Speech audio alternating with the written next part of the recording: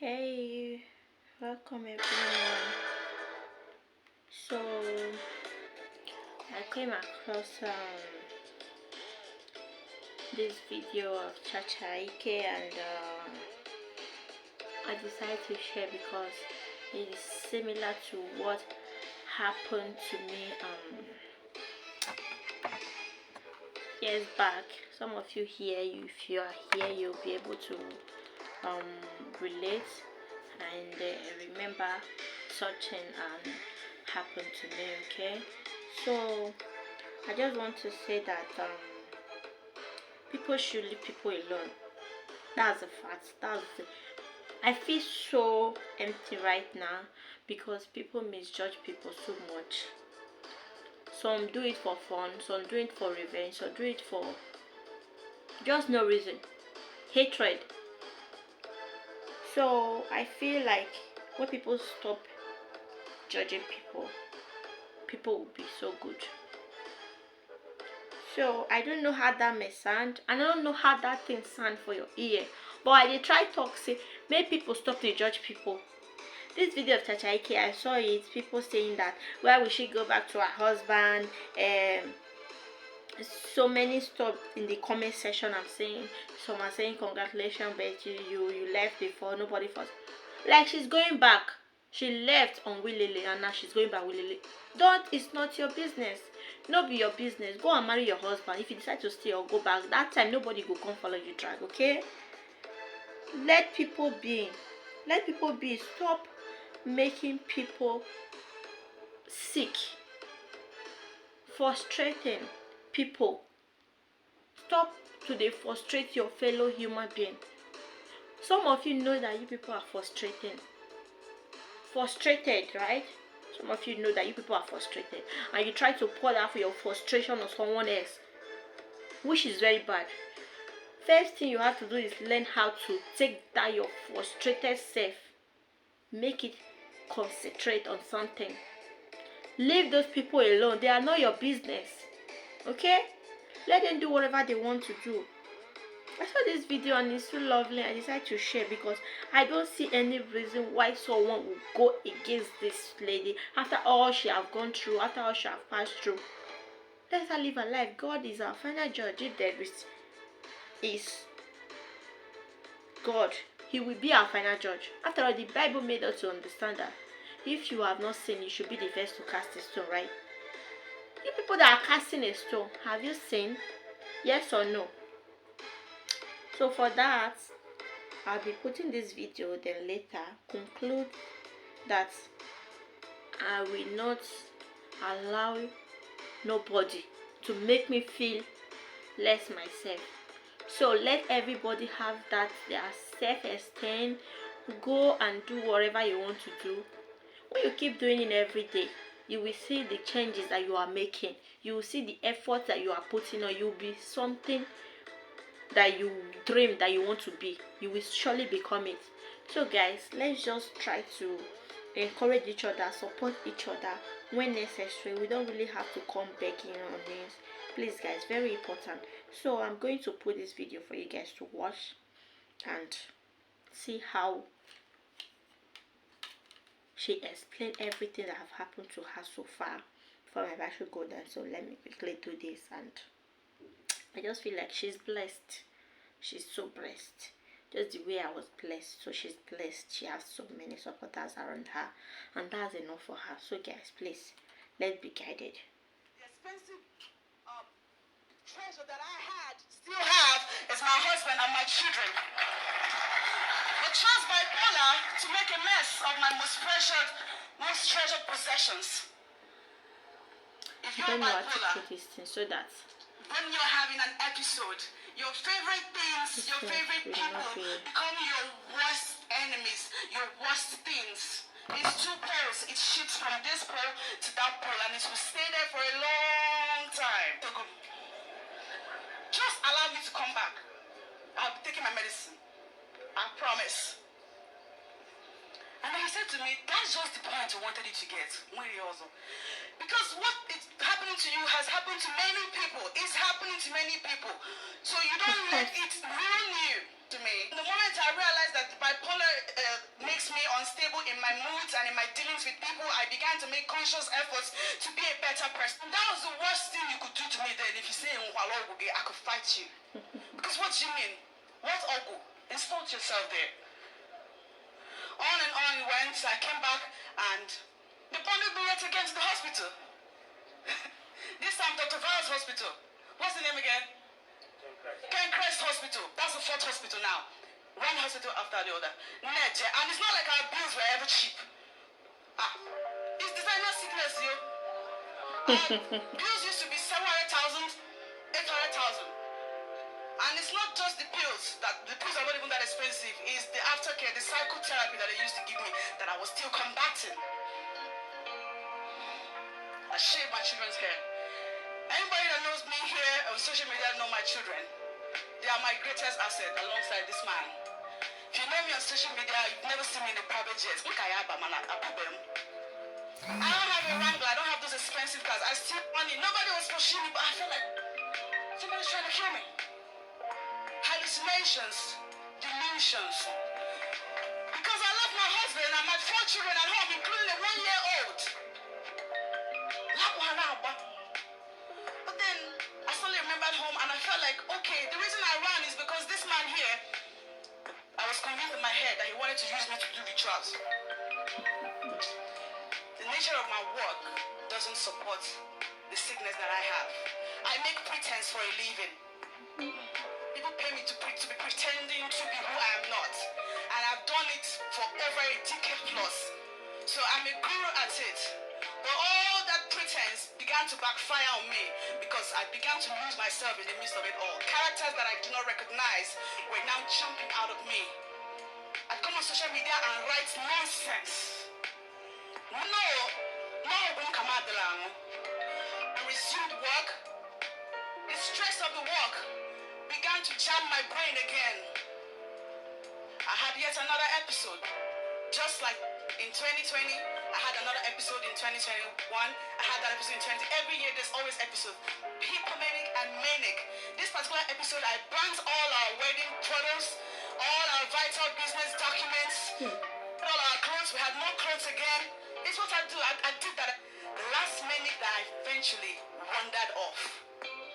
On the streets, many are raving naked. But there are people who are not naked yet, but they are. This particular manic, between April, May, June, July, of course I burnt clothes, destroyed things, but I wandered off. 4 a.m. in the morning, my family were asleep, and I wore my clothes, I slipped out of the house. Immediately I crossed the gate, I take off. I was one suspicion after another, one false accusation after another. I survived the writ, but I had yet another maniac episode in 2020 here in Delta State, Asaba.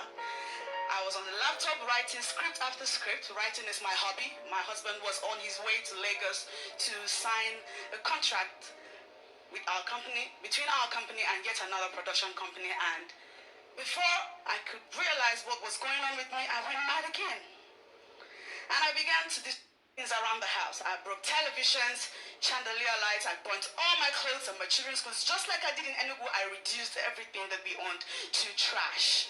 And no, it didn't take 1 day. It was 3 to 4 days intense. On the 4th day, I didn't eat at all. I was only drinking water. I felt I had superpowers. I felt I was receiving a message from the divine. Or I felt like somebody was manipulating me because there was 2 entities all of a sudden. There was me watching. And that news came accompanied by yet another news that I found very impressive. All of a sudden, they said I was pregnant. We weren't expecting a baby, but I love babies. So I was like, yeah. I can't get away. I don't know what you're saying, but what? And so when they gave me drugs to take, when I went home, I was flushing the drugs down the toilet.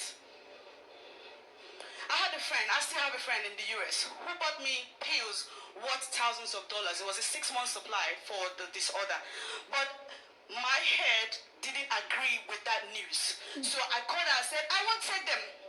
The Lord told me in my sleep that those drugs are not for me, I'm fine.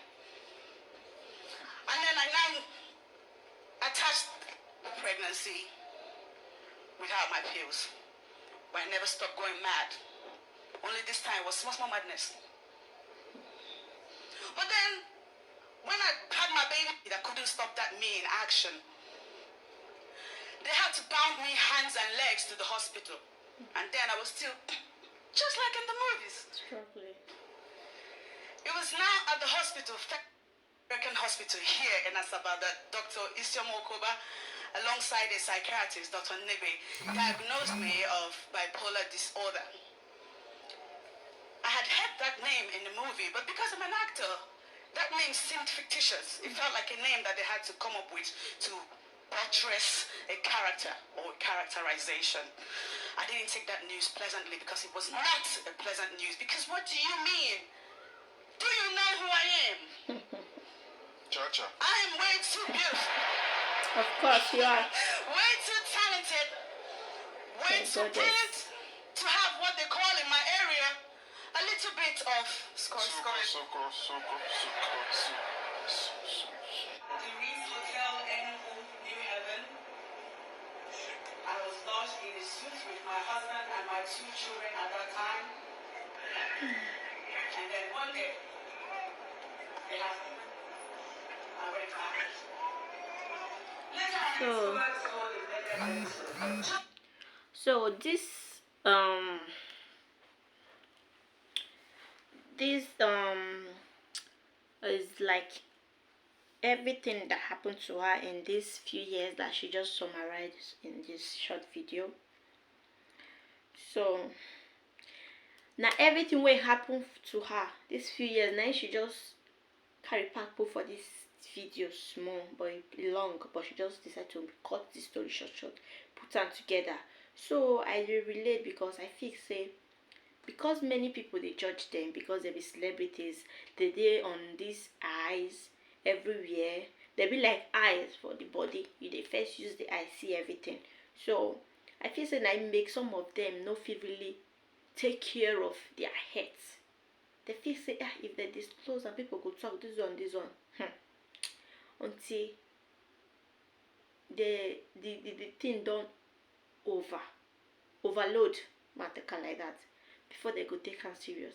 Just because of this judgmental society, judgmental world, judgmental people on this world. So it never finish. This one is some I just pause and I go continue and because the video they long about 8 to 10 minutes. So she could continue. I went bonkers, crazy.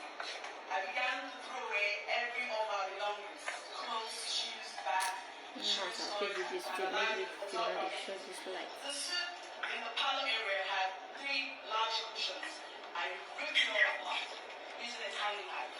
It was nothing but madness. That madness was contained just down by my husband, who was wearing only the clothes I had on when I was trying to wear everything. Same goes for my children. That incident was so intense that what I needed was a trip to the hospital. But I didn't go to the hospital because my husband and I, who is seated here with me, supported me.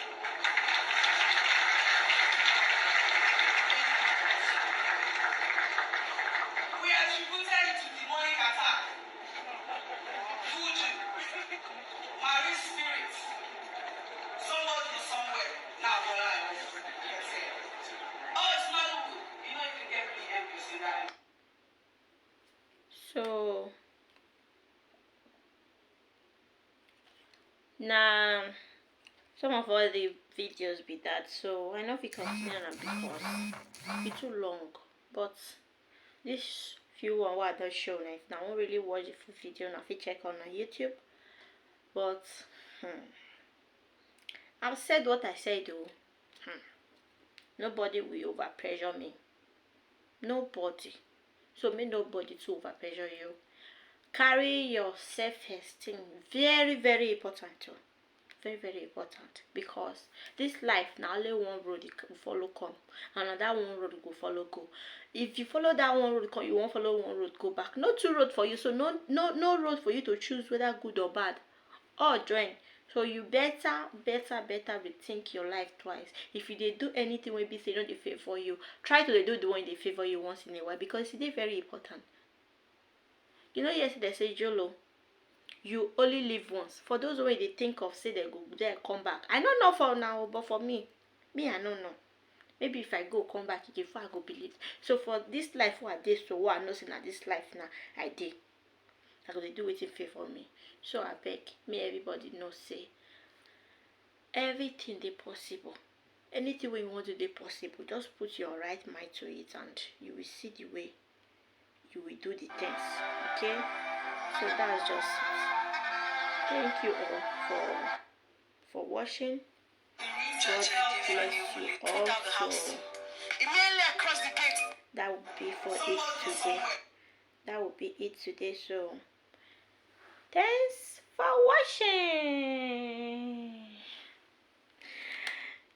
So bye.